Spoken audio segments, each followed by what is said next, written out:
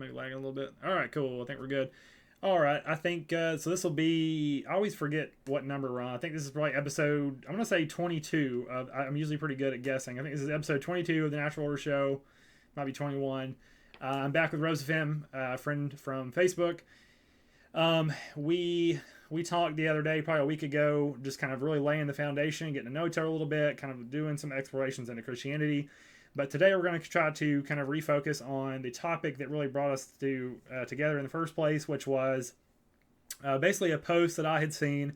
It was essentially Tucker Carlson saying the United States was 90% white Christian whenever he was young, and now it's like 40% white Christian, and that was kind of like the main premise. And I reposted it with a comment saying essentially like, Tucker, you either have to lean farther into Christianity and just accept that, because Christianity does not. Christianity basically treats all races the same. So if you're going to be a Christian, you can't really make comments about race and stuff. And then, or you can just you can walk away from Christianity, and then we can you can have the real racial discussion, and then we can kind of move in that direction. So I was kind of like, you can't have both though. So that was kind of the comment I made. And so Rosaphim, I know you were saying that, we've probably, who knows how long we've been friends on Facebook, just kind of meeting through random meme circles and stuff. And you had said, I know that you haven't even been on Facebook very often. You kind of just jump back on, surprised that the algorithm threw this in front of you. And then you kind of commented, I know specifically saying that like Eastern Orthodoxy does actually, I believe you said like is kind of into race realism. So I'll let you kind of take it from there. What were your thoughts, and kind of what direction do you want to go with this? So I guess I'll address it head on and just note that I'll start by saying Eastern Orthodoxy does recognize the distinctions between ethnic people groups. Mm-hmm. It isn't in the business of collapsing all distinctions and pretending that, oh, well, everybody has the same capacity, everybody can perform the same to the same levels. Now, while Eastern Orthodox Christianity does affirm that all people are equal in ontology and in telos, meaning that all people have the God-given purpose and capacity to fellowship with God in their own way, so far as their capacity allows. That doesn't mean that everybody is commensurate or comparable in the way that they can think and the way that they can act. Everyone has different levels in which they can interact with the world, essentially. Like, for example, someone with a broken arm will have less capacity than someone with both of their arms, for example. Mm-hmm. Or someone that's a paraplegic will have less capacity for physical activity than someone who has full control over their lower half. You get what I'm saying here? Yeah. And Eastern Orthodoxy doesn't shy away from the fact that is indeed that also extends so far as people's mental capacities. There's nothing wrong to say that one group is perhaps more fit than another, and when it comes to thinking or philosophy or anything like that. Everyone has their role to play. Everyone has their own purpose, and there's no shame in saying, well, this group is more fit for this purpose than another. In the same way you would say African peoples on average grow stronger or run faster, in an Olympic race, right? Mm-hmm. It simply is a fact of the people groups, and there's nothing wrong with that. Everyone has their own purpose. Yep. Everyone has the things that they excel at and the things that they don't excel at. And the church doesn't pretend that this very obvious fact of life simply doesn't exist. Right. So you pretty much already kind of anticipated what I believe. I know we only commented back and forth a few times. Often I like to go ahead and take it to verbal Mm-hmm. so we can get deep. But one of the first things I said, one of the most obvious kind of counters, which you've already kind of addressed, is essentially the idea that like in the Bible, with the teachings of Jesus, there is the kind of idea that like everyone is equal in the eyes of God, and that's like in the eyes of God. And just like you already addressed, that's kind of like, yes, on an ontological, teleological level, we're acknowledging that everyone is kind of like equal on that spiritual level in their capacity to accept Christ and so forth. But on a more tangible, realistic level, we can still acknowledge obviously that there are different ethnic groups, and those different ethnic groups Yes, might have. it looks yes, it expresses differently, even on an individual basis. Like even when ignoring groups, you may have someone that's eloquent, you may have someone that's hard of speech, you may have someone that's a really good writer, you may have someone that doesn't have an inclination towards writing at all. Like even on an individual basis, you see this discrepancy, and it bears out in scripture as well, where um, I can't remember the exact location, but the Apostle Paul talks about how each member of the body has its own role, and no member of the body says, "Well, I'm not a hand, so therefore I'm useless," or "I'm not a foot, so therefore I'm useless to the body." Well, no. Everyone has their own role and their own purpose within the church body, and just because you aren't one, you don't serve in one capacity, doesn't make you less than or more than someone that serves in a separate role. Right. Perhaps I can find um the exact passage I'm looking for. Yeah, funny enough. So But yeah, like, that's basically what I'm getting at. Yeah. and that's valid. Like, this idea that so I'll say two things. Like, a lot of times my perspective and my judgment and my criticism of Christianity is obviously more. It's more based in like what we see today, which is was Western Protestantism mostly, and not even just that, but just like how it's actually tangibly practiced, what it actually does for people, and what it does for society. Like the terminology I've always used is the purpose of a system is what it does. This is like a terminology that's out there, and so that's kind of how I look at it. And obviously, I'm not gonna like, even though I grew up Christian and I'm pretty familiar with Scripture and a lot of it, I'm also not like I'm my general stance is just like I'm kind of just I dislike the whole thing so much, like Abrahamism, that I'm just like I'm not going to go into scripture to make my argument, because I feel like you're kind of already losing by doing that, like, because that's you essentially saying that the scripture is some kind of like legitimate source over like just pure reason, and in judging like the objective benefit or detriment of an idea in our society. But with that said, I am still willing to go there because I think that there obviously is value to it. And as you were making that point, I was pulling up the handy chat GPT to just to kind of get a little bit deeper beyond just the we're all equal in the eyes of God kind of idea. But yeah, so you're gonna look at that up as well to see. Yeah, I think I have it as a matter of fact. Okay. Let's see. It's in First Corinthians chapter 12, verse 12 through 27. Okay. Well, not 12 through 27, but verse 12, 15, 21, and 27 is where parts of the body are specifically mentioned, as in each having their distinct role, but not necessarily being better or more worthwhile than anyone else's role. Okay. Yeah, and I like that idea. I like that idea that basically you're able, and this is one of the most important clarifications that is to be made with regards to race. Is like, just because we are noticing or discussing differences between races doesn't mean we're like trying to jump to the Exactly. white supremacy conclusion. Like, just because you have white pride or just because you are criticizing other races doesn't mean that like you're automatically asserting that like whites are supreme and all the races should die. Like, and that's what people do. Obviously, Right. as soon as you dip your toe in the water, they like take it to the extreme, and that's just we understand that. So. Yeah, so we're on the same page with that. We're good there. And just again off the top of my head with my current knowledge, I am like I could see that. I could see like a Christian, a country that is Christian, that still, like I said, it sees like some level of equality on like a spiritual level, but they still are like, hey, we still want to be an ethno state. We still want to live among our own kind, or we still are going to acknowledge differences between kinds. Like I think that's doable.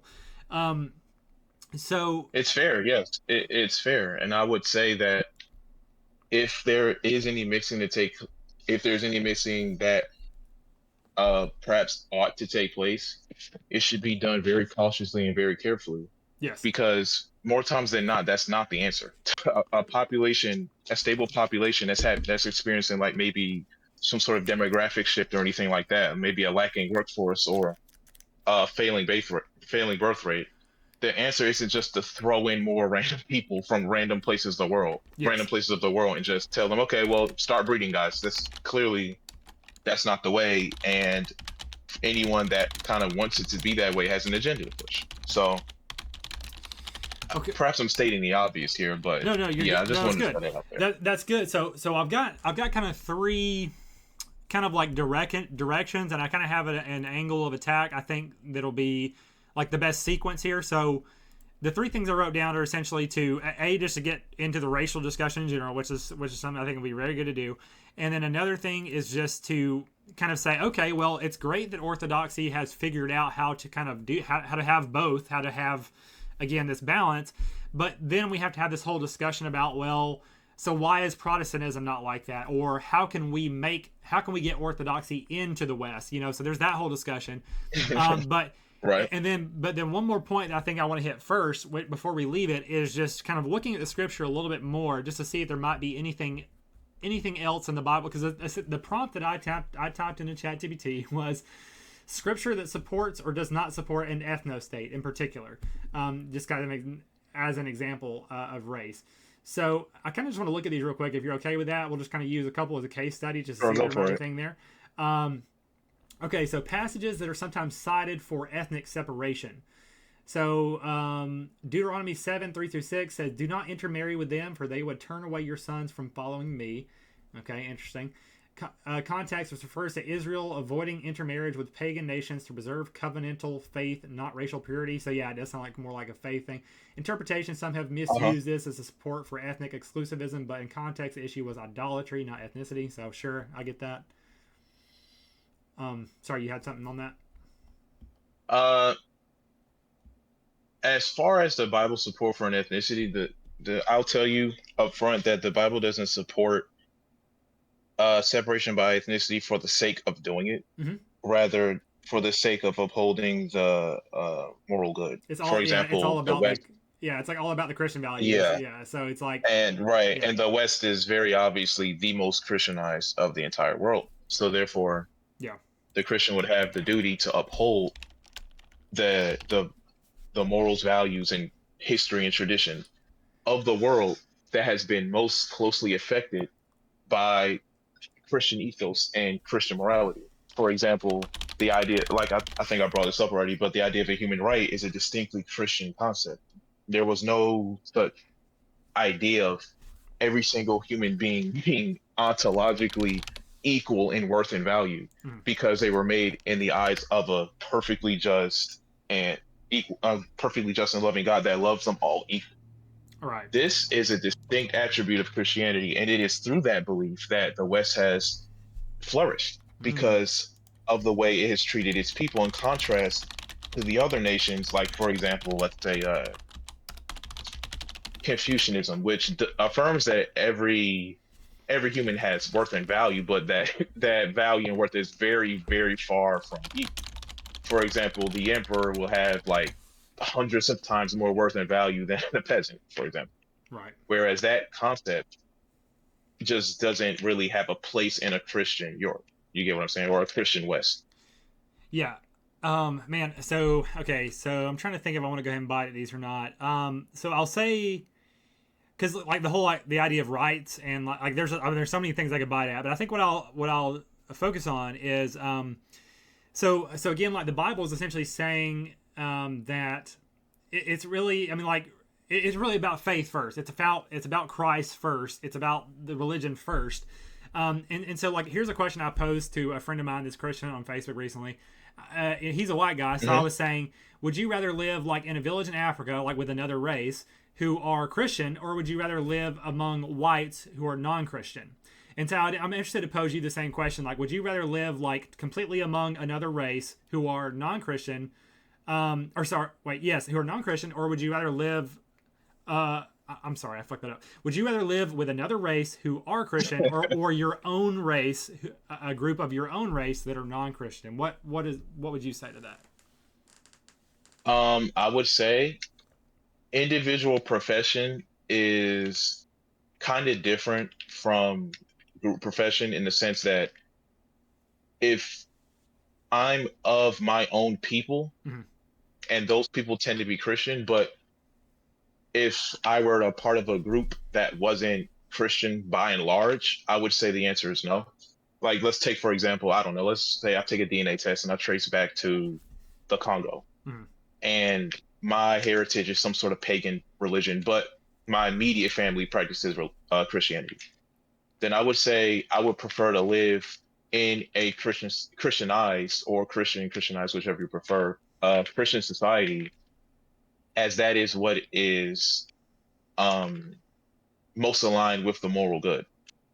Okay, so Whereas a yeah. pagan society, yeah, it would ultimately come back down, even though it's kind of hard to it's kind of hard to answer because I would say ultimately I have more in common with my outside of my in group. I would have more things in common with. But I don't know. I'm kind of overcomplicating the issue. Ultimately, I would pick whichever society is most Christianized. It, Clearly, I'm overcomplicating. whichever one is most what? Most Christianized, Okay, yeah. So you regardless of regardless of race. whichever family or whichever group I'm with, I would pick whichever society Interesting. is most and So most leaning towards Christian value. So this is what's it's like. It is a little bit interesting for a couple reasons. One is that like you were just saying, you attribute a lot of like the successes of Western civilization with Christianity. So naturally, you're like, well, if I align with Christianity, Yes. it's going to be a better society. And it's also kind of interesting too. Like obviously, like since you're black, you like living among a group of that is not your own race, like especially within the Hmm. actual context of history, would probably be like a net positive just in general. Like if you just ask any person of any race, would you rather live in a white society or like in Africa? Like they're obviously going to be like, well, white society is probably just nicer and more Right. wealthy, and you Exactly. see what I'm saying. So it's kind of a reverse situation for you. Obviously. It's I won't get too hung up on the analogy. I just thought it was an interesting question, just to because I know for me personally, like I I think race is much more important than faith. I think race, because with race comes so much. It comes with culture. It just comes like it's actual blood. I mean, there's so much connection to that. And like you kind of alluded to as well, it's not a great analogy too, because blood and faith are so often entangled. So it's not even a super realistic scenario. Anyway, just an interesting point. But we know the Bible and Jesus teaches that it's faith over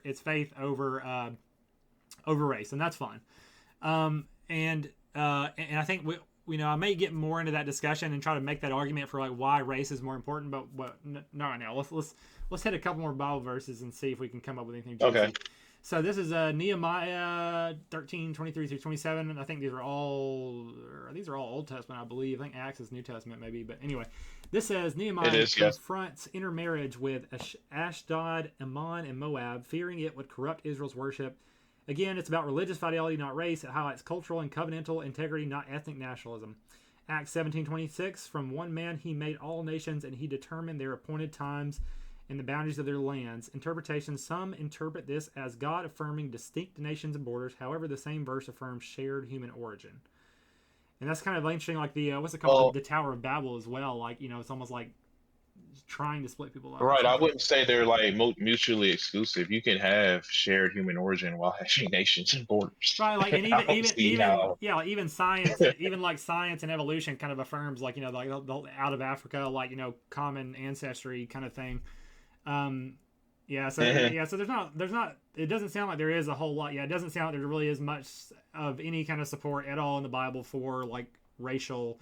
Well, see, okay, so this was interesting though. So if that's the case, if the Bible's not really saying anything about like racial kind of positivity or like being with your own race or the importance of that or not race mixing, so like then where does Eastern Orthodoxy pull that from? Do they have any kind of biblical backing for that, or are they just kind of more like realistic and more scientific about it? They just where do they get that from? Well, the Eastern Orthodox is they. I guess after this is the time where I actually talk about the church because Eastern Orthodox doesn't believe that the totality of the Christian religion is the Bible, right? Nice, that's good. They believe that the church created the Bible, and thus the church is the totality of the religion, Nice, and that the Bible is a product of that church, right? nice, So there's more freedom to come to conclusions on how to run a society, how to interact practically with people who don't believe, given the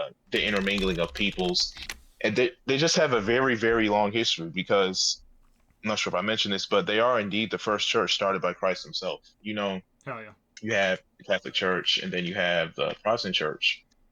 And to make a very extremely long story short, the Catholic Church came about roughly 1,000 years after the Orthodox Church had already been a thing, right? Well, they just kind of The like they were Roman both this, Catholic. they were I guess they were like both the same thing, but then that's when the split happened was like yeah around 1000 or whatever. Yeah, Yep. exactly. Right, right. The Catholics split apart from the general church body and created Roman Catholicism.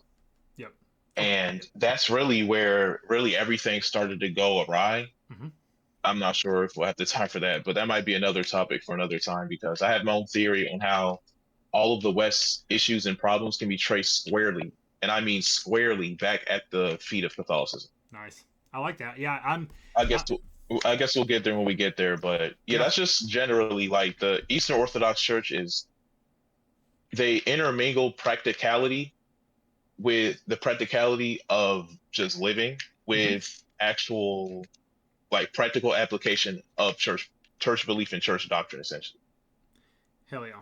And I've thought. I've spent a lot of time thinking about like how could we move Christianity forward? How could we kind of overcome some of its obstacles and kind of accentuate some of its positive elements? And that is one of the things I've thought a lot about is like if we can just kind of get past the idea of like biblical infallibility or like in my mind I was saying like if we could just like think about like God's like our direct relationship with God or God's word or presence is more important than the Bible. I feel like if you ask any Christian that they would agree. So I was like, well, what if God Wait, could you say that again for me? Could you repeat that? Yes. So, like I said, I've thought a lot about how to kind of drive Christianity forward, and Uh-huh. I've thought about how if we could essentially just get beyond treating the Bible as like the ultimate source, as like the infallible and ultimate source, if we could get beyond that, then we'd be in the right direction. We'd have a little more flexibility and so forth. In my mind, like you just talked about how Orthodoxy kind of treats the church as uh, what's the right word? It is kind of more important essentially than the Bible because the Bible came from Yeah, the church the church, primacy. right. The church itself is the, well, I'll put it to you this way. Everyone has a Bible and therefore everyone has their own interpretation of it. Hmm. But you can't have a religion when the totality of the religion itself is just infinite relativistic interpretations of what Exactly. people and groups of people personally think Exactly. such and such means. Yep. And clearly this was accounted for when the Orthodox Church was founded by God and he had given the authority of interpretation and understanding and teaching to the apostles Hmm. and those who the apostles appointed after them, Hmm. right? It was never the point of Christianity was never to have this free for all smorgasbord of, oh, I think this means this or that means that Right. based off of what my mind tells me. That was never the point, never the purpose, never the plan. A lot of that happened. I won't deny it. Clearly it did, Protestantism, what have you, but that was never the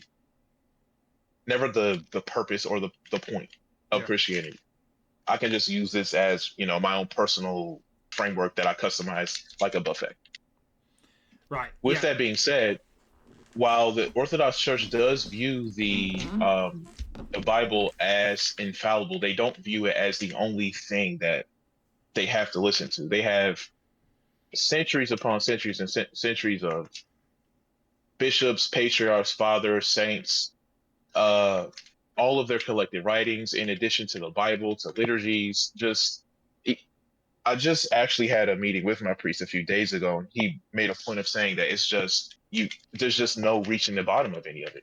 Hell yeah. It's just it's that vast. You just can't in your lifetime. You'll never reach the bottom of these. Just the wealth of knowledge that's within the Orthodox Church. Yeah, I mean, pretty much all the thinkers and philosophers, like from that time of like the turn of the whatever you call it, the year zero, to until Right. until like the Renaissance, pretty much any thinker or intelligent person in that space, pretty much had to kind of operate within the Christian sphere, or else they were probably burned at the stake. So it's kind of like, well, that kind of sucks, but it does mean that like there is still a good bit of wealth within there. You've got Dante, you got Thomas Aquinas, you've got like so many, you've got a lot of good thinkers that are doing the best they can. I obviously I feel like it's limited. Like I feel like we had much greater ideological developments pre-Christianity, like in the Roman Greek, and then we had much greater developments in the Renaissance post-Christianity. I'm definitely I generally think of the Christian ages as a relative dark ages, but that's not to mean there still isn't plenty of depth and wealth of ideology and spirituality and contribution. So that's really good that the Orthodox Church acknowledges that, and that's pretty much part of their canon. Is like all of this. It's one continuous. It's one continuous kind of Yeah, it's a full religion. It's not just, oh, we just listen to this book and hope for the best. yeah, and that is yeah, It's an entire faith, and that is interesting as too. in any other world religion would be. Yeah, like I feel like that is definitely an issue, like with Protestantism, where it's like, sure, they're going back to the Bible, but now you've got like basically every old preacher in any old bumfuck town like reading the Bible and like fucking making whatever he wants of it. You know, it's like there needs to be like, there definitely needs to be like a church. You need like a hierarchy. You need like some kind of authority. You need consensus. You need almost like a kind of policing of it, which of course can be that there can be issues with that, but that ultimately is what legitimizes and kind of builds it to be something more robust for sure. So yeah, I do like that. I mean, I like what I'm hearing. And honestly, I will say that everything I have heard of Eastern Orthodoxy is like, yes, this does sound like one of the best, if not the best, kind of take on Christianity. But again, like, you know, the next discussion, which we're almost at, is going to be the like, well, okay, what do we make of that? Like, how do we incorporate it? So we'll get there. I do have a couple more. So okay, so some of the scripture we just read, some of those verses were basically saying that here are some of the verses that are somewhat cited as like racial, like support for like racial segregation in the Bible. So now here are passages that oppose the idea of an ethno state, just kind of like. So let's look at that. So Genesis 1:27, 9 through 6 says, humanity is created in God's image. All people share equal dignity, regardless of lineage or ethnicity. So this is kind of what we're just talking about. And like you said, the Eastern Orthodoxy kind of just really confines that to more of the ontological, spiritual level, and doesn't take it to like a full-on like Marxist, like everyone's literally the same. If you try to make any kind of distinctions between anyone, then that's a sin, or that's, you know. So I'm good with that. I think that is good. Unfortunately, you know, as we've seen, in the reality of it is that I do feel like a lot of the West and Protestantism and so forth has gotten kind of sucked in this whole like a total, basically and I call it Marxism because I think that's kind of, if you really take that to its full, That's exactly what it is. yeah, if you take that literally into its full extent and you're not able to, it really is just like basically it's like a primitive wokeism. And this is the whole argument I've made. This is a whole tangent. We don't have to go into it, but a whole argument that I've made as well is that a lot of the issues we see with the left and a lot of their ideas are essentially either like directly from Christianity or enabled by Christianity, or they're a direct reaction to Christianity. So there's like so much tie-in between wokeism and Christianity. We'll get to that later.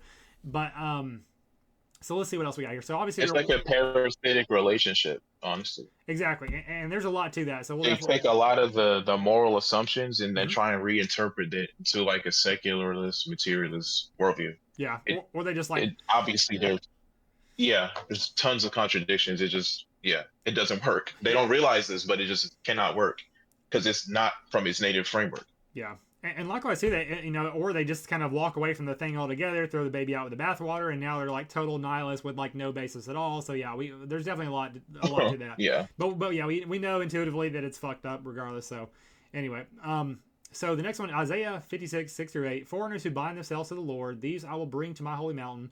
Interpretation, God welcomes all people to worship him. Israel's covenant expands beyond ethnic boundaries. So once again, this fits in line with Eastern Orthodoxy. It's kind of like saying, hey, it's just, you know, when it comes to the faith and the spirit, that's where it is, but there's no contradiction. So that's fine.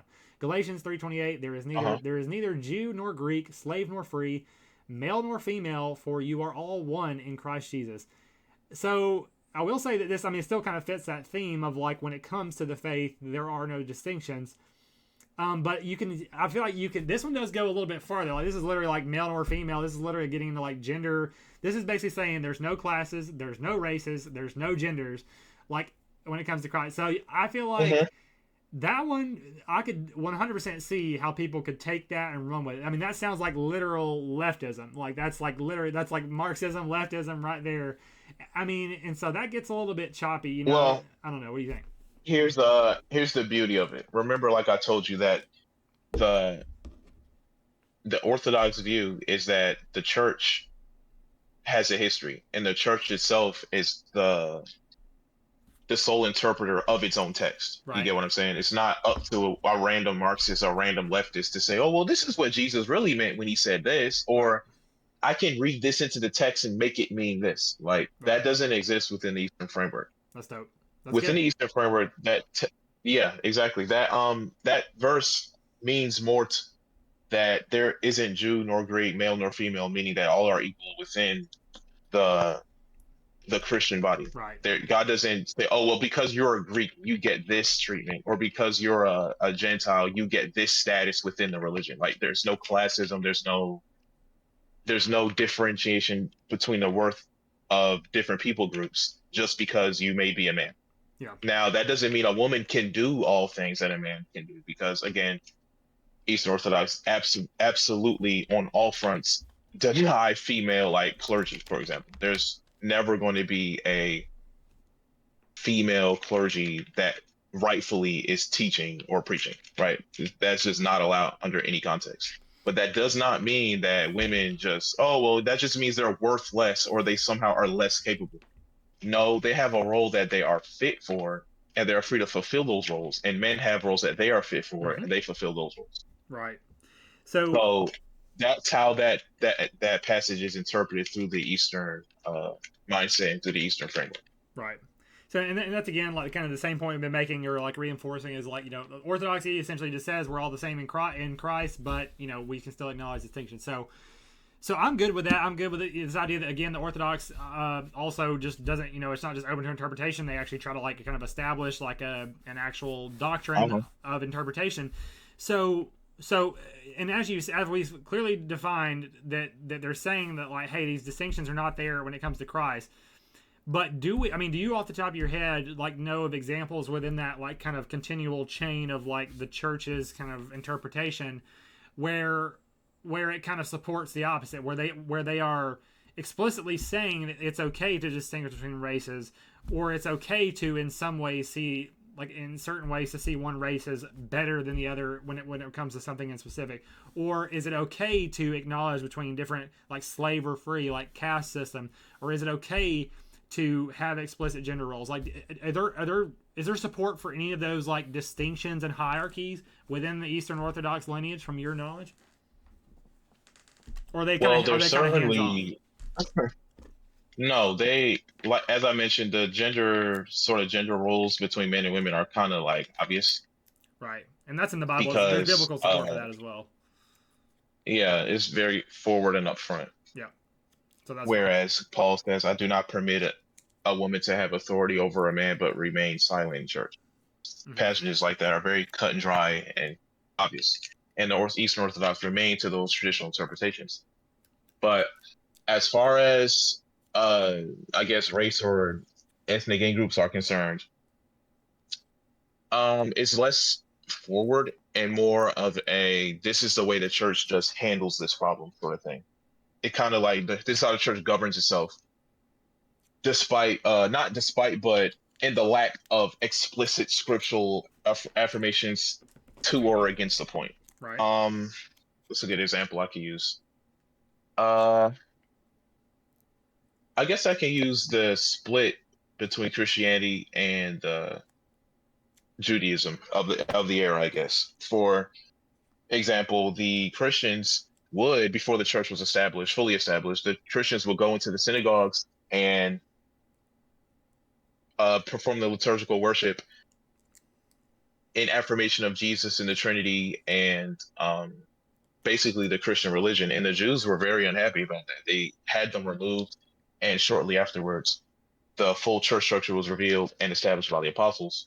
But through that, they were expected to um, sort of deal with the options they had. So before the full Christian liturgy was established, before the full Christian tradition was revealed, or as it was, I guess I should say, as it was being established, they still had to make do with the Jewish synagogue Hmm. and make do and get along with the Jews because a part of Christian religion is persecution. You will be despised to varying extents because it's not, again, it's not all equal across the world, but Hmm. to varying extents, you will experience some level of ousting or persecution or suffering for what it is you profess. So while the Christians were extremely unpopular at the beginning, they still had to take that position of humility and essentially get along with the Greeks that didn't understand them, hated them, saw them as like I guess usurpers against the Roman establishment, and the Jews who were upset that now their exclusive ethno as they perceived it, their ethno religion is now being opened up to all of the Gentiles who they thought they were supposed to rule over for all time. Mm-hmm. Right. So I would say that the Christian view as far as ethnicity goes is less about, oh, these people are inferior, therefore they need to be kept out. Right. Of course. Of Because course. the guiding principle for yeah, the guiding principle for Christianity is how do we get the world all on the same page? And you do so by evangelization. So through evangelization, like remember if you remember, I said that the West has been, in comparison to the rest of the world, the by far the most Christianized, particularly that of Eastern Europe. Mm-hmm. And honestly, in a perfect world, that same process will be replicated all over the globe. Now, we don't live in that world, but through that process of Christianization, in which we value human dignity and everything downstream of that being medicine, education, family units, the roles between men and women, a new understanding of respect. The living condition, including things such as IQ, including things such as tendency, uh, proclivity towards violence, all of these things are gradually improved over time. And just as they were improved over Europe, Europe was taken from warring pagan tribes to a unified people. Particularly that of Eastern Europe, that like the um like Georgia, Ukraine, Russia, those regions is what I mean to say. Mm-hmm. A lot of those regions were pagan for a very long time until um I don't want to. There was a particular.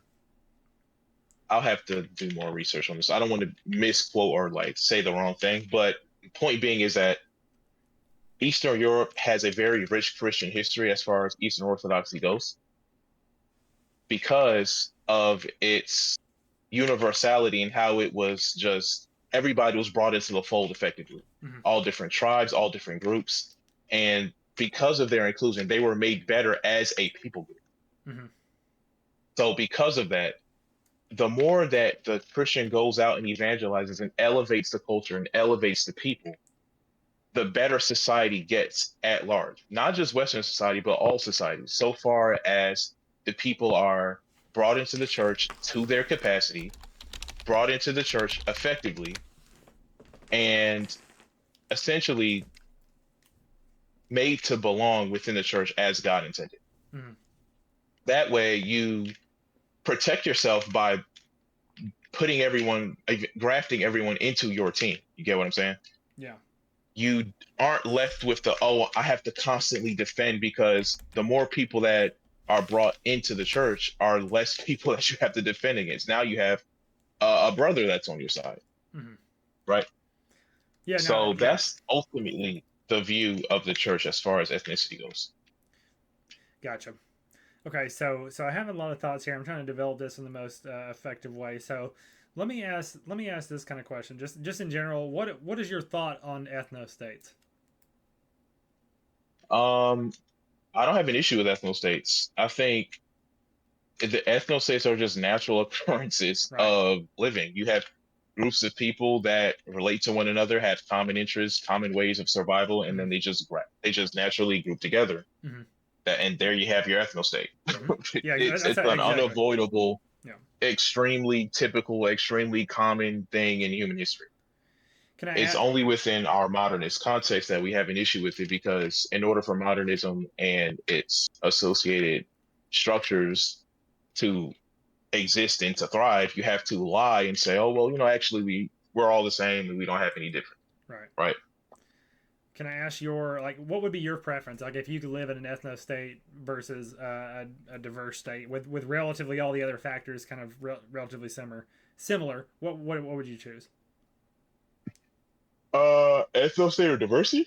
If I had to choose. Essentially, yeah, just in a simple hypothetical. Oh, excuse me. I don't really see any context in which I would live in under like I guess when you say diverse, you mean like this sort of Just a hodgepodge of Marxist, like a hodgepodge of races, like yeah, essentially. what we live in now. Essentially, yes. Yeah, that doesn't. I don't really. Yeah, I can't see where that would naturally come about. So Right. it has to be engineered for something like that to happen. Agree. Yeah. And I'm against modernist engineering. Right. So Okay. I don't can't think of any context which I would be okay with. Yeah. So basically, you would prefer an ethno state, as most people probably inherently would, even if they won't admit it. Right, Um, right. okay. Cool. So okay. So the next hypothetical I'd like to do is to say, so if you say that, like, I prefer an ethno state, and I agree with you there, I do as well. So let's look at America, for example. Let's say America, like, kind of fractions or something like that. And let's say you've got a town that's like 95% white, and that town, Hmm. essentially the majority of that town goes, we want it to be all white. We want to get rid of, we would like to expel, not kill, but we would like all non-whites to leave. And now, and just to help, just to counterbalance that, let's say that you have a 95% black town who says, we want to do the same thing. We want to have we want to have our little black ethno state. So white ethno state, black ethno state. Hmm. They're both saying, we would like people who are not our race to leave peacefully. If there was an Eastern Orthodox church in both of those places, what do you think the church's stance would be on that? Like, just, yeah. What do you think the church's stance would be? Would it be for or Between against it? between the conflict, Yeah, like would the church say, yes, we do want? Would the church be, obviously? It sounds like the church would kind of just be like, well, whatever y'all want to do. They maybe just wouldn't take a stance. But I'm curious if you think the church would stand up against that and go, no, this is it's as long as these people, like, let's assume that all 100% of the people in these places are like Eastern Orthodox Christians. So would the church go, no, these are followers of the body of Christ. They belong here. It's not right for us to ask them to leave. Or would they go, yes, we want you um, to leave? Or would they just say, I don't have a stance either way? yeah, I see what you're getting at. Ultimately, the church tends to, I won't say the church is apolitical, but they aren't super anxious to get involved in politics. Right. It has to reach a kind of like a large scale, and it has to be directly affecting the church for them to like weigh in and like be involved in it. For Right. example, there's I'm not sure if you're familiar, but Zelensky has started a like para church in Ukraine called the OCU. Mhm. That's supposed to, they won't say it outright, but it's supposed to replace the UOC, which is Ukrainian Orthodox Church, the original church that was in Ukraine. Wow. And the State Department and Zelensky are working together to get that one replaced with the OCU, which is the Orthodox Church of Ukraine instead of the Ukrainian Orthodox Church. Wow. I know it's a little confusing, but essentially, Zelensky is starting a completely made up, fabricated church in Ukraine to replace the traditional heritage of the original church that was there. Yeah. And of course, it'll be a beacon for NATO and the US and Israel and whoever else wants to use it, essentially. And the Eastern Orthodox Church is resolutely against this, all except for the ecumenical patriarch of Constantinople, who he goes by Bartholomew. The conflict is getting so bad that there is um a breakdown in communion between Moscow and the ecumenical patriarch. There's not a full schism or a full breaking of communion, but there is friction, and essentially there's a break. It's not a full break, but there is a break. And if this behavior goes on, there will be a full break in communion, although it's not at that point yet. That's just one example of how the church can, if the issue is related enough and big enough, the church can get involved. Right. Yeah. Now, as for your hypothetical, I would say the church's stance would be um, essentially since the ultimately the church is in strives towards respecting the law of the land as far as it doesn't contradict Christian morality, Christian value, right? So in that sense, what will be respecting the law of the land would be what is it that who actually runs the country? Is it a bunch of black people that are dictating who gets included in their communities or not, or is it the actual founders of the country? So if the government is saying we want these people here and we want these people gone, then the response to the response to that would be to have that accommodated to, Right. because it isn't wrong for a separation of people groups that are causing chaos and mayhem when they interact with one another. Right. It is the territories of the people who founded the countries. It belongs to them to govern and to rule within the structures they settled. So if they're, let's say I guess when you say a community of white people, I'm not sure if they have like some sort of representation in the government to make such Just a you can, call. for the hypothetical, you can just assume that it's like a sovereign nation or like a sovereign state, and basically like a unanimous decision within that state. Like they are from the government and the representation down to like the common people. Vast majority says we want an ethno state. Yeah, so if that helps, I don't know. Okay. So I guess they voted for it, right? They voted to have this community. Essentially, yeah, yeah, it is the will of the people. Yes. Yeah. Well, I don't. I personally don't see an issue with that. I don't see why the church would just say, "Oh, well, no, we can't have that," Right, and that makes sense. And yeah, because yeah, if it's the will of the people, and this will result in less conflict, yeah. and this is the way. Had social conditions not been engineered to not be this way, Mm-hmm. this will be the natural occurrence. There really is no issue here. Now, it's even made better by the fact that you have an hypothetical black people on the other side saying, "Oh yeah, we also want to have a separation." So both sides are wanting a separation. Right. So I'm not really seeing why the church would necessarily have an issue with this. Yeah. Well, I will say this though. Um, they would rather not necessarily critique a separation. They would critique the reason for separation. Now, if it's just, "Oh, we hate you, we want you gone, we don't want to associate with you," this would not be this would not be affirmed as withdrawing from other people simply because you dislike them or hate them isn't a solution to the issue.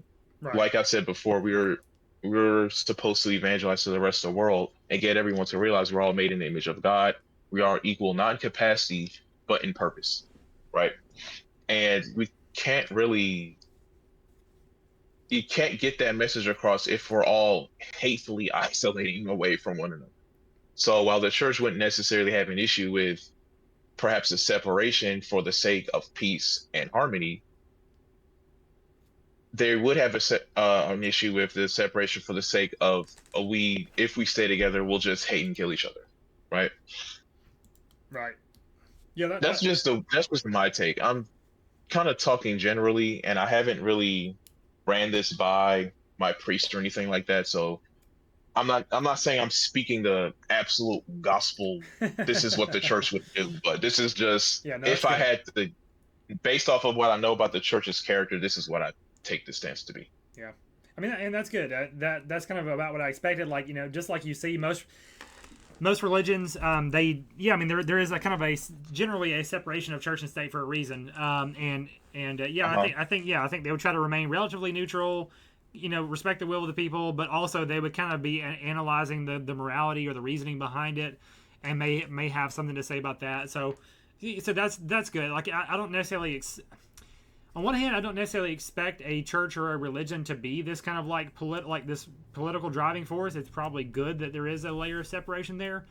But I think a lot of what this is kind of getting to is the relationship between religion and state, like between religion and politics, between culture Right. and politics, and it's a very, I think obviously it's a very important relationship. You hear a lot of people say, well, culture is downstream from politics, politics is downstream from culture.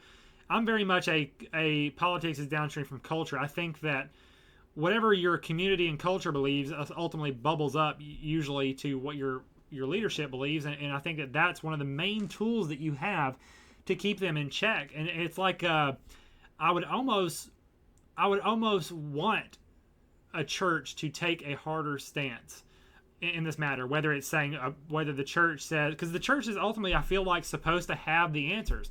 It's it may not always have like the direct, Right. again, like the politicians are the ones who are kind of like creating, like engineering solutions to like more direct issues, but those decisions are supposed to be informed by the religion.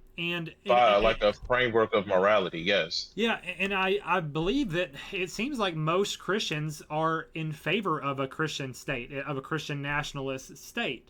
And I'm actually okay. I'm kind of okay with that idea in general. I'm okay with the idea of like of a certain religion trying to marry the state and be in one. But obviously, I just have beef with Christianity in particular, and I think this is a decent example of that. It's because Christianity doesn't really have an answer to the scenario. And if it does, I think, kind of like the point you made, it kind of would lean towards diversity, because like you're saying, the kind of the goal of Christianity is to get the whole world and to save as many people and get the whole world on the same page. No, so it sounds like if it had to take a side, if it had to advocate for a side, it would advocate for diversity. I mean, do you disagree? I would, because to get people on the same side doesn't necessitate diversity, right? You to get everybody essentially Assimilate. Christianized, you don't have to, yeah, you don't have to That's true. import them here. They have homelands, they have histories, they have heritages, they have cultures, and it is those things that get reoriented towards Christianity. It's not that those things need to be erased and everybody needs to be integrated into a Western mindset. That's not the way that Orthodox go about evangelizing. It's the way they see it is they take the best that that culture has to offer and reorient it into a Christian sort of understanding. Like, for example, there's a book called The Christian Tao, I think, and it's about Eastern Orthodoxy from like someone who's has a Chinese frame of thinking. Nice. Let me see if I can find it. Yeah, it's almost like adapted to their culture. Yeah, it's exactly that's exactly what it is. You don't just it's not erasure, it's reorientation. You take the elements in the way that the people think Right. and you Christianize it. It's just like what Rome That's did with the pagan kind of assimilation of various cultures as they conquered as well. And Christians have done that as yes, well. an argument can be made for that. Yes. Interesting. So it's not we need to erase these people and their way of thinking, and we do that through some sort of terrible melting pot experiment. No, absolutely not. There's a real realization that people groups are quite different from one another. And not everyone thinks the same because not everyone has had the same exact way of living. Right. Some areas are more resource dense and easier to live in than others, and thus that will have a direct impact on the way people see life, the way people strive for survival, and people's morality. That's a very real thing. And whether by happenstance or by coincidence or whether it was deliberate, Eastern Orthodoxy realizes that everyone has different cultures, and whatever can be salvaged and saved and re, I guess, retooled from this culture ought to be. Yeah. It's you don't just toss it or you don't erase it or you don't force a bunch of unrelated people into it, right? Right. Unless, of course, you have something to gain from the chaos.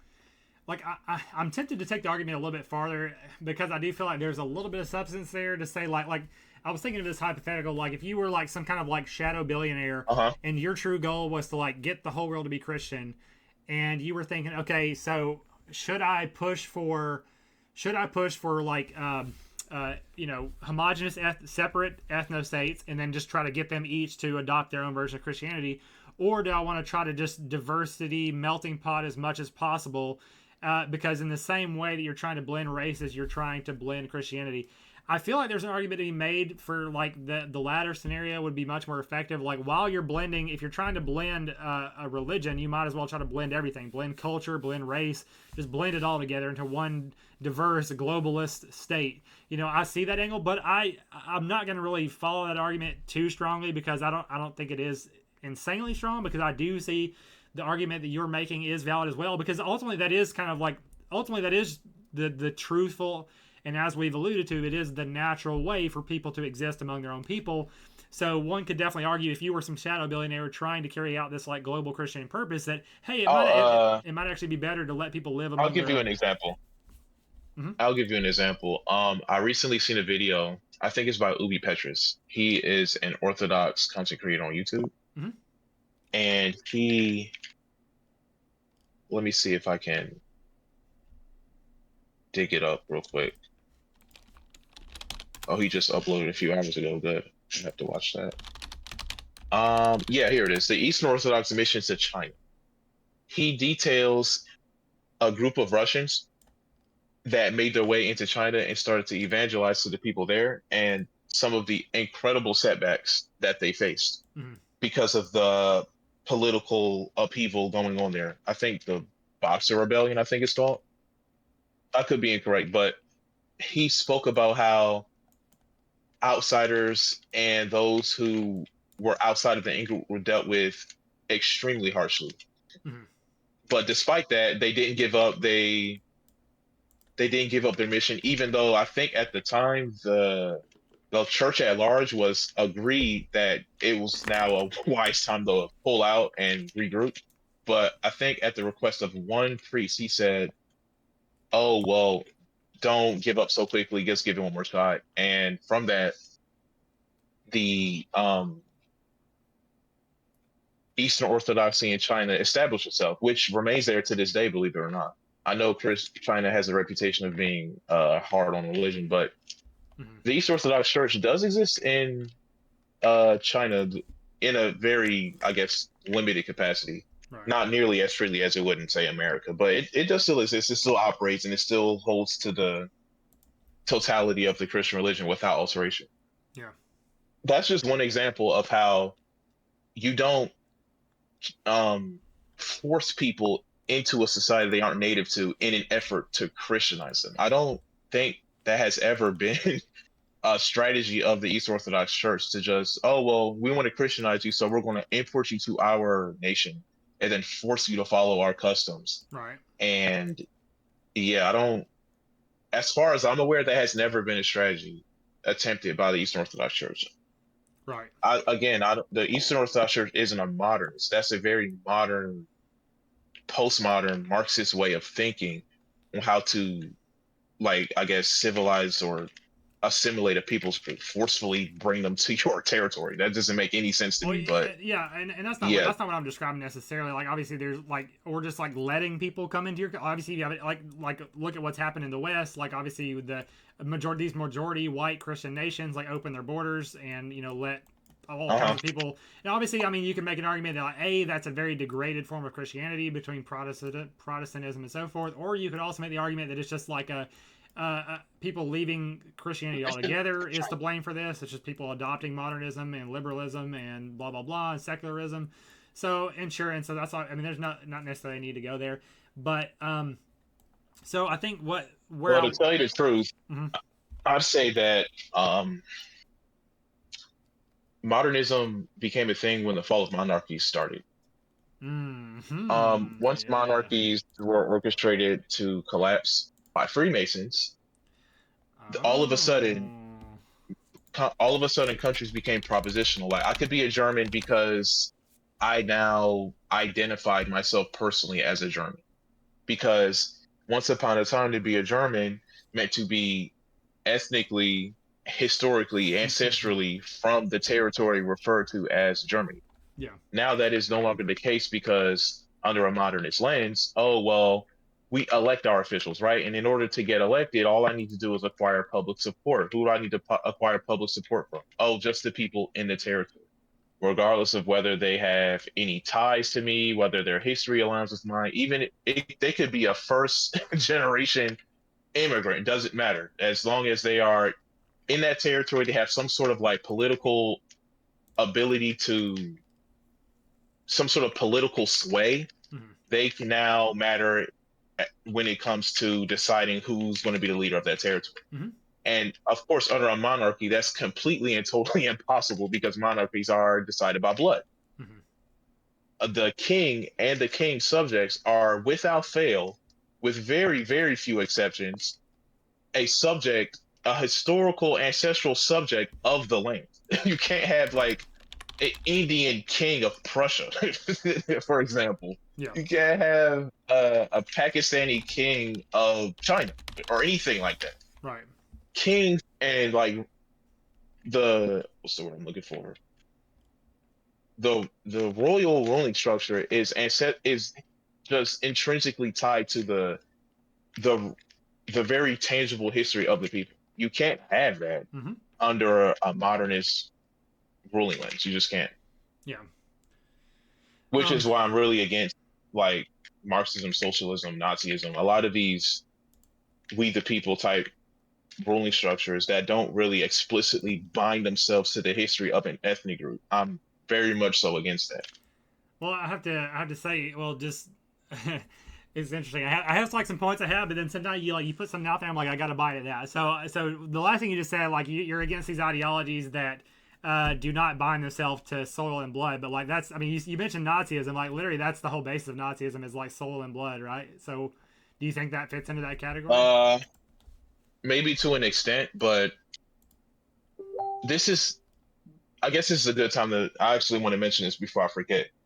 I'll get to that by saying, let's talk about our enemies for a moment. Yeah. Okay. Yeah. That The that Jews. is that is kind of what I had because it's like the Right. thing I've This been is a wanting good to kind of transition. what I've been wanting to pivot to is kind of this really discussion of like, okay, how do we move forward together? So we basically have painted this picture of how in theory we could move forward collectively with Eastern Orthodoxy as a solution.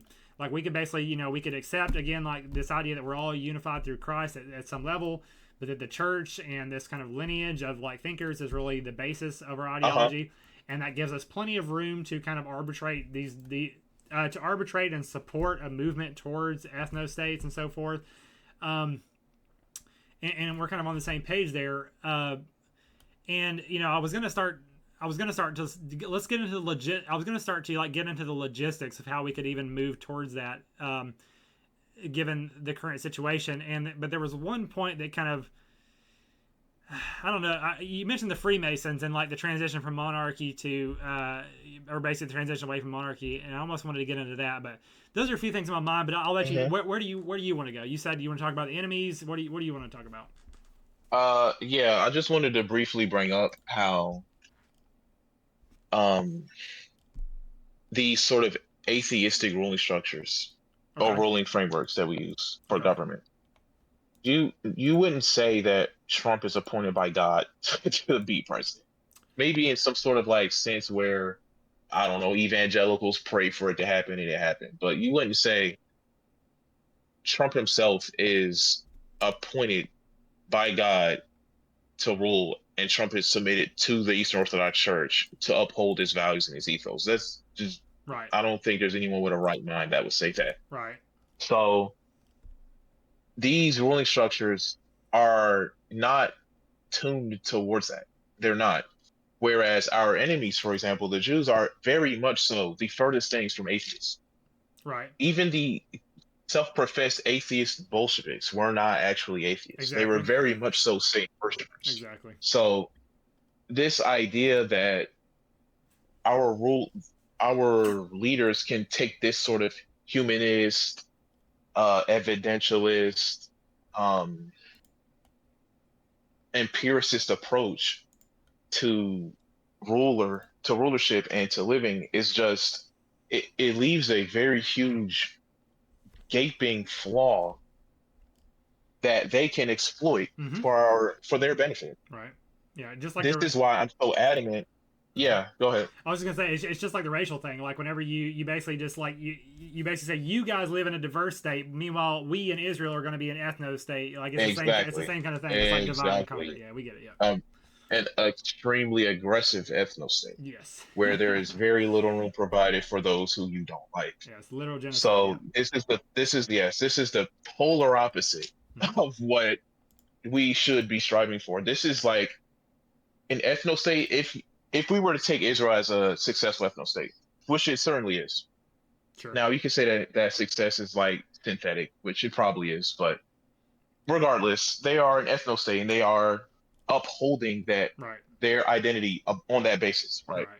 So if everyone did that and everyone had the same amount of aggression towards that, I don't think we would have the peace that most think would come about. Because when it comes time to uh replenish resources, like for example, when let's say we need more women, right? We're reaching a limit, we're starting to see genetic defects, the blood is running thin, there's not enough to go around, we're in danger, Mm-hmm. right? Now you have to manufacture a disaster which provokes conflict, and in exchange in through excuse me, through that conflict, you acquire fresh blood, meaning you orchestrate some sort of takeover, which the rival territories' women are then flooded into your borders, so that you don't face existential erasure, right? This is just one example of how resources are finite.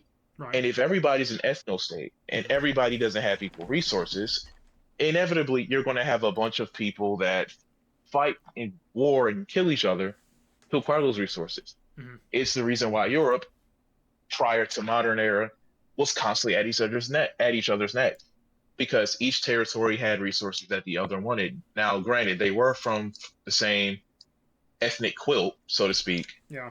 but at the end of the day, they still needed to secure resources for their little tribe and group. You see it in Africa to this very day. Africa is still stuck in that vicious loop. Right. Uh, and I say that to say, actually, I forget what I was going to say. That's all good. Yeah, I mean, you're making like a good. Yeah, I was kind of losing track of like the overarching there. But I mean, like I know you started out saying like we just want to talk about like we're looking at the Jews and how they run things. We're looking at how our leaders and like Trump is Right, like right, right, Trump. right. Our government is like secular. Meanwhile, the The Jews are ethnic or ethno religious. highly religious, they're highly religious, highly ethno, and we aren't, and we're weaker for that. Yes, And agreed. this is why I'm saying Christianity is a vital piece to the puzzle, because without it, we can't have the Yeah. spiritual protection that we were supposed to have. Yeah. And because of that lack of protection, we have literal Satan Yes. worshippers Yes. just having their way with this world, literally having their way. Yes. It's like the I mean you hear the criticisms of liberalism, like it's the failures of liberalism. You say like, oh, everybody just believe whatever you want or whatever, like, but truly the people calling the shots are the people who are the most unified in their vision Right. and their religion The and most organized, the exactly. most, exactly, the Yes. most purposeful. Yeah. They obviously, these people are always going to rise to the top, no matter what they give the Exactly. masses to believe. Yeah, and that's what's so It's just the nature of power. that's what's so yeah, exactly. That's what's so fascinating about the whole thing is like if you're like you just look at it evolutionarily, like who's really running the show? Oh, it's the ethno religious, it's the ethno state, it's the people who have managed to preserve their race, their genetics, and their ideology, their culture, their religion all together, and just they've outsmarted everybody else. So it's like, okay, well, what are we going to do about that? We're talking about our enemies. What can we do about that? How can we recapture things? I guess like the thing we've been kind of tiptoeing around is the idea like we need to get on the same page. We need a Christian nation first. Like that, would you agree? That's probably like that would be like the next best step. Is like, well, we need Uh, if we could have a Christian nation, we could start to get moving that I would direction. say Christianity is kind of a thing that can be enforced. It has to be, Organic, it starts on an individual basis in exactly. the heart first. Yes. So you can't compel, like how the Catholic Church tried, and ultimately what got us in the situation we're in now, and trying to compel people to outwardly be Christian Crusades, yeah, by, witch burning. yeah, paying indulgences and all other whatever practices they have, Mhm. and trying to make people culturally Christian without it actually being in their hearts to be Christian, Yeah. right? And when you have a bunch of cultural Christians, you don't really have anything. That's because the religion isn't um it's not a collection of behaviors, right? Mhm. It's a belief system that you truly profess that influences your behavior. It's not, oh, I do this because the state mandates that I have to pray however many times a day. Right. Yeah. It's not like Yeah. Sharia law, for example. Yeah. And I didn't necessarily like assume of how we would get there. I didn't necessarily say we would coerce Uh-huh. people into getting there. Like let's say in theory we could organically get people to come to Orthodoxy, Christianity, Orthodoxy of their own volition. Um, I mean, do you? I mean, I'm assuming Yeah, that that would would be the be ideal. yes. So okay, so like that would be ideal if we could get to like an Orthodox nation. Then we could kind of that would help us. And see now here's a couple of challenges. One, the first thing I was Okay. thinking of is obviously the fact that I mean, oh God, there's so many challenges. But one of the challenges is that there is Christianity here. But even if you could get people converted to Christianity, it would most likely be like Protestant variation. So it would be like even a more uphill battle to get people to go to Orthodoxy, which is something completely, I would say, completely foreign to the West, It relatively is, foreign to the West. yes. Well, So, for the so, most part. so that's a challenge. But even if we could get there, I would say it's even more of a challenge because like we know the Jews are the problem, but this is one of the problems with like the whole Christian Zionism thing, where it's like Christians acknowledge that like so much of their supposed ancestry and religious background is comes from Jews, so they like essentially venerate Jews and Israel, and they seem to be the least qualified. I'm sure you'll make an argument that like a truly if you truly follow Eastern Orthodoxy, if you Yeah. truly follow that, and you are truly you have the correct alignment and vision for our country, even with that in the Orthodox, even in this hypothetical, if we could have the whole United States or a majority of the United States be Orthodox, I'm assuming you would argue that we could still get people to realize that the Jews are the problem and maybe expel them or whatever. Is that Well, that's two things about that. Um, while there is obviously a huge gap between the popularity of Eastern Orthodoxy and Protestantism, ever since COVID, Eastern Orthodoxy has seen explosive growth, and it's only getting bigger and bigger by year. You can go parish by parish. It just bears out in the statistics that Eastern Orthodoxy has way, way huger presence mm-hmm. than it did prior to COVID, Nice? And which is same really with good. That means the word is getting out there yeah. And I was gonna say with what now? the Charlie Kirk killing too. Obviously, he's gotten a lot of people Christian in general. I would wager probably a lot of them just It has, Protestant, but yes. still. Um, yeah, because Uh-huh. I do think that obviously there is a lot of drive for people to be Christian. Like there's a lot of natural drive, just given how steep Christianity is in our history and our culture. There's definitely drive to want to, because it's something that brings people together. It kind of gives you access to a community, a spiritual framework. It has so many values. It carries morality. It gives us a lot. So there's a lot of drive to be in that. Obviously, there are a lot of issues that keep people from it, which is a lot of these contradictions. But again, Uh-huh. a lot of those issues are, I could see the argument, a lot of those issues are Protestant in nature. So Orthodoxy kind of could, in theory, create this nice blend where Yeah, it kind of solves those as it goes along.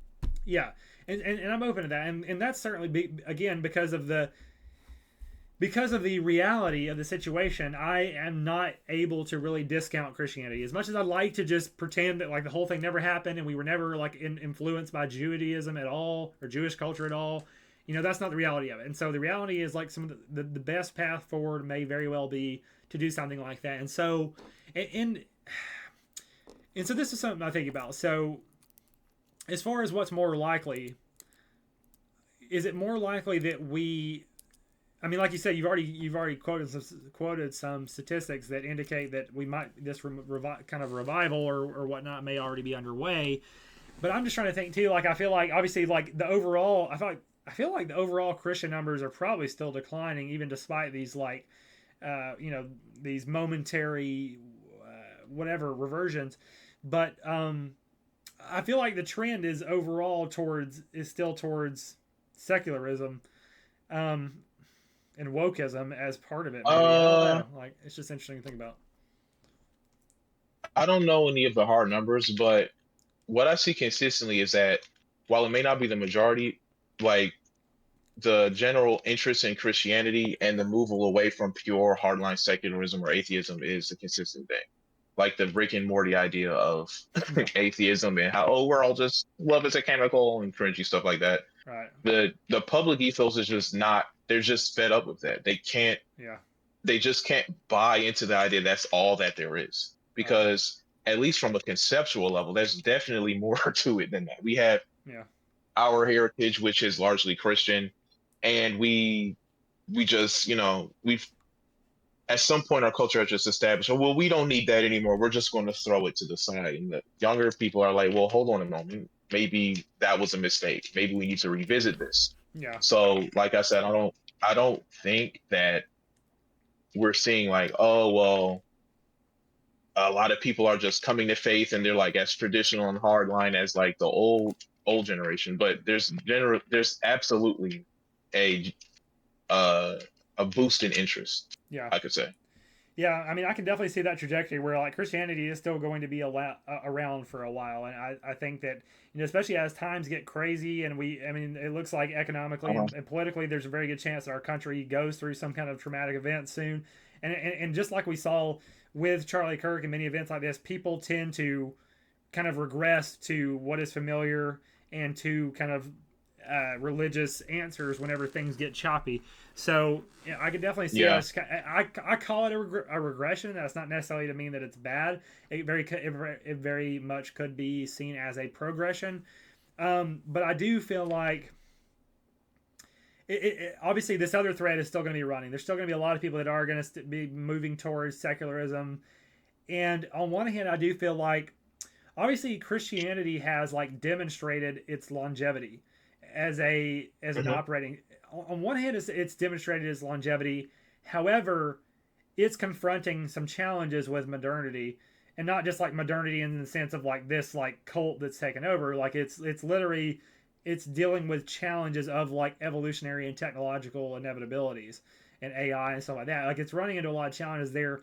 On the flip side, like kind of secularism is it's kind of like it's relatively new. It really hasn't steeped in, and many might say that that's because it's not meant to or because it can't because Hmm. it doesn't have the answers, and that a lot of these people who are kind of falling into this kind of secularism, it's not sustainable. Like they're not making kids and so forth. So I do see that argument as well. Um, but yeah, the path forward isn't the like my whenever I look at a lot of these future casting situations, I look at it from three sides. Like what's like kind of the most optimistic, the most pessimistic, and what's the most realistic. And realistically, I do see both of these threads moving forward. And what my subjective kind of stance is definitely somewhere in between. Obviously, like I definitely wouldn't say like, let's throw out all religion, and I also wouldn't say let's throw out all secularism. Like ideally, what we need is a marriage, as I've pitched before. That's my whole shtick is how can we best do that? And I think you are making a convincing case for orthodoxy being a very a key piece of that, if not the key piece. I would certainly say a key piece because it sounds like the best bridge that Christianity has with science and secularism. I don't necessarily know that I'm willing to say that it's like the end all, but yeah, I think we're moving in the right direction. So I'm interested in that. Uh, I would say that I don't want to make Christianity seem like like a pragmatic solution. I hope that's not what I'm doing. I mean that would be a Like good I know to do. I would think that's a good argument to make. But you're saying you don't want to do that. it's good. No, it's good. I'm not saying you can't be pragmatic, but I don't see Christianity as solely as a pragmatic solution, right? It's a very real thing as like H2O being one. And if it's purely pragmatic, then that implies that there's times where, oh well, it's not, it would be smarter for us to, I guess, not be Christian in this given scenario. Whereas if Christianity is simply objectively true, you don't sacrifice truth for expedience. You get what I'm saying? So Mm-hmm. that's why I want to take it out of the realm of just being pragmatic and just let it be known for the record that I do see Christianity as like not just an answer for governing, but an answer for the human condition. Like Right. why is it that human beings simply uh can't can't solve their own problems as far as their condition goes? Why are we violent? Why are we self-serving? Why is it that we only care about the things we care about? Why can't we forgive? Why are we greedy? Why are we just all of these issues that plague the human since their fall from eating, right? Why is it that we can't conquer these vices? Why do they follow us no matter what we do, where we go? Why do we make peace with them and just admit defeat, right? Mm-hmm. Yeah. And Yeah. Go ahead. the the problem is not a political problem in nature. Yes, there are political problems, but the root of humanity isn't politics. Mm-hmm. The root of humanity is its heart and its orientation away from God. Mm-hmm.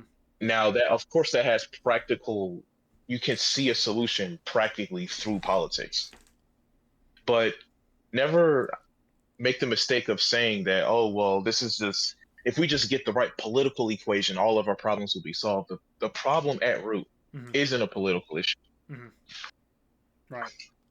Yeah. Now there are political applications, but yeah, I think you get my gist. Go ahead. Yeah, no, I agree with you. Like I've always been like again, I think that politics is downstream from culture. Like culture is definitely the much more Uh-huh. lasting and permanent, and like where personally that's where I feel called to do work. Obviously, some people are meant to work in politics and the more immediate answers and problems, and some I definitely do agree with you there.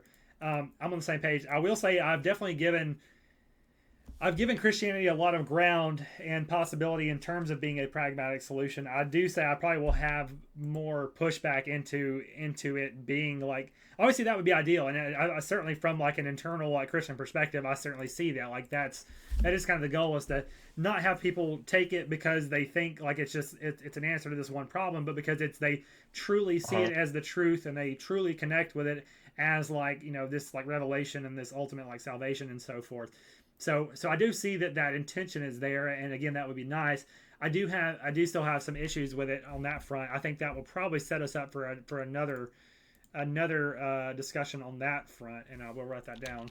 Yeah, sure. Um, and honestly, a lot that's kind of what a lot of our discussion last time was more on that basis of like the more fundamental like worldview and like what is actually true and how do you know, and so maybe we'll kind of revisit some of that as well. Let me see. Mhm. I think I'm probably close to having to wrap up for now. I'm trying to see if there's anything else I wanted to hit on. And you let me know if there's anything else you wanted to kind of. I think that was a pretty good closing note, though. I think you've definitely Uh, you've done good. no, I think that's it. I'm trying to think like maybe that I left something out, but I'm confident that I covered all the stuff that I wanted to touch on. So I definitely wanted to yeah, go ahead. touch on the fact that the Jews The are Jews. not atheists. They don't run off of the secular principles at all. Yes, So yes, I did want to bring that up. yeah, and I think that's important. you definitely. I mean, I think you kind of you made a good point about that the first time, and you're bringing it back up. I think like it accentuates it even farther. I know I understand that. I make that point a lot, of course, for anyone watching. Like, this idea that whenever you say a Jew, are you talking about a religious Jew or an ethnic, like a racial Jew? And so many people don't even know that distinction exists. And I know I was literally Right. just talking to a guy earlier. I'm like, when that discussion never comes up, or just in general, if I say Jew, I'm talking about a racial ethnic Jew because so many of the elements involved, that's what it comes down to, is the ethnic or Right. the deep cultural things, because like you said, even the secular Jews do these same things, so it's like that's what's Right. more. It's a cultural issue. It doesn't matter if they're a Zionist. Yes, so that I do agree that that's important. um uh Sorry, did you have anything else on that, or you just kind of wanted to re-highlight that distinction? Uh, no, that yeah, I think that's been made clear. Yeah. A lot of people you'll see online will say, "Oh, we know it's not Jews, it's Zionism." It's like it's honestly both because the Bolsheviks weren't Zionists, and the Bolsheviks were like probably to this day the most destructive force Europe has ever had to contend with Yeah. in its history. And Yeah. that's saying a lot considering the history that is going through in the So Mongol invasion and everything else. I But do I that is by far the most destructive force. Yes, I do agree with that, and I do think we've kind of that's probably a whole session. Of course, that's like a classic. Like that's one of the, again, like that is the overarching enemy. That's like the kind of unifying factor. That's one of the most important topics to discuss. I think will be good to take another. Hmm. It will be good to take another lap around that, especially some of these unique angles, like you talked about, like the transition from monarchy to like kind of mercantile. Just that transition in general, and of course the Jews' role and all of that will be very interesting to discuss. So I definitely think that'll be another one too. I'm certainly glad to keep these going. I'm interested in talking as long as you are, so we can definitely continue to have this series. I know out of my 20 episodes so far, I probably like a majority of them are with Paul, a co-host of mine. So yeah, man, we can keep it Hmm. running. I did have one other point I kind of want to throw out there today. We don't have to go too deep So into go it, for it. but just as a fun one, since we've been talking about race a little bit, I mean, again, I would assume your priority would be like if we could just have the religious conversion first, and then we can figure the rest out from there. But I'm just like if you kind of like acknowledge that like ethno states are preferable. Obviously, the United States is like kind of a fuck fest, like between the Native Americans and like It slavery is. and the immigration sense, and just also the hodgepodge of different Europeans all kind of coming together. The idea of like the U.S. ever being like a true ethno state is kind of like almost uh, unfeasible. I mean, so what do you think about that? Do you think we ever could? Because I've played around with this idea at times where like maybe we could like section off the United States, like maybe we could literally have like a white Hell nation. no. You don't think that's possible at all? Hell no, I No. don't. Yeah. Absolutely not. I would So say yeah, go ahead. the closest thing to an ethno state, if like let's say I had infinite money and I could orchestrate this, Right. what I would do is a very simple solution. Yeah. I think when you have a robust justice system, this problem just kind of solves itself.